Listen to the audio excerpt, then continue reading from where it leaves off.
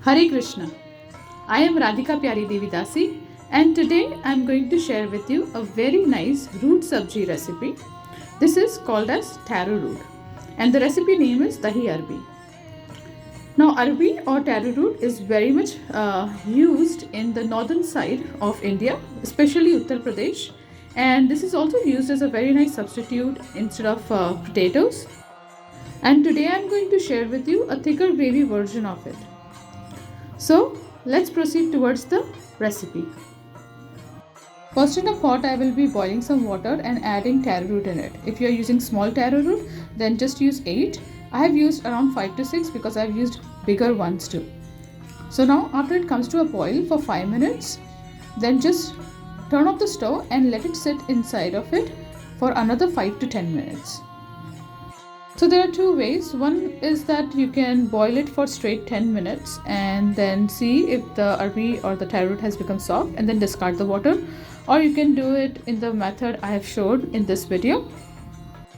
Now after this, when you see that the arbi is cooked, then you just remove it out, and also you can use a little bit of oil and then stir fry it, make it a little golden brown if your arbi or taro root has not become too soft.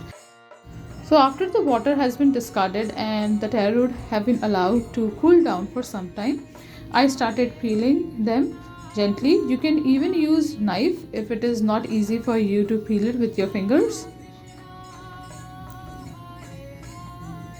Then this is the manner I chopped my taro root into.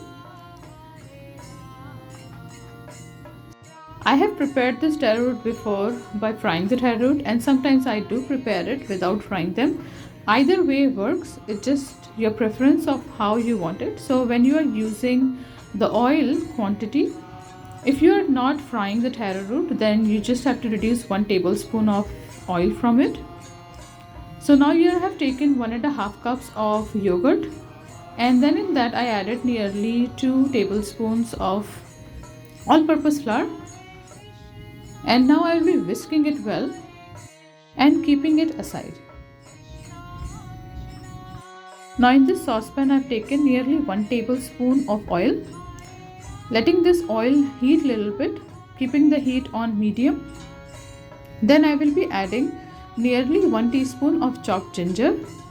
I have peeled the skin of the ginger, and then I will be adding 2 cloves, a little bit of hing or asafetida, and then I will be adding 1.5 teaspoon around carom seeds, which is also known as ajwain.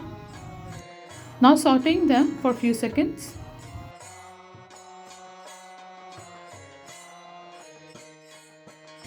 So once that's done, then I'll be adding the paste of yogurt, and right away I'll be adding to it 3 cups of water and start constantly stirring it.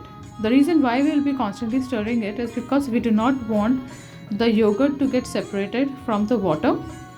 So now right away I'll be adding 1 teaspoon of turmeric powder, 1 teaspoon of red chilli powder, and then 1 teaspoon of garam masala powder. Mixing everything well. Now around 2 to 3 teaspoons of salt. Now 2 teaspoons of sugar. Now keep on stirring it continuously and keep also the heat on medium. Now while this heat is on medium and the gravy is cooking, now it's time to add the taro root. While continuously stirring this mixture, we will cook the taro root in this gravy for nearly 15 to 20 minutes or 10 to 15 minutes.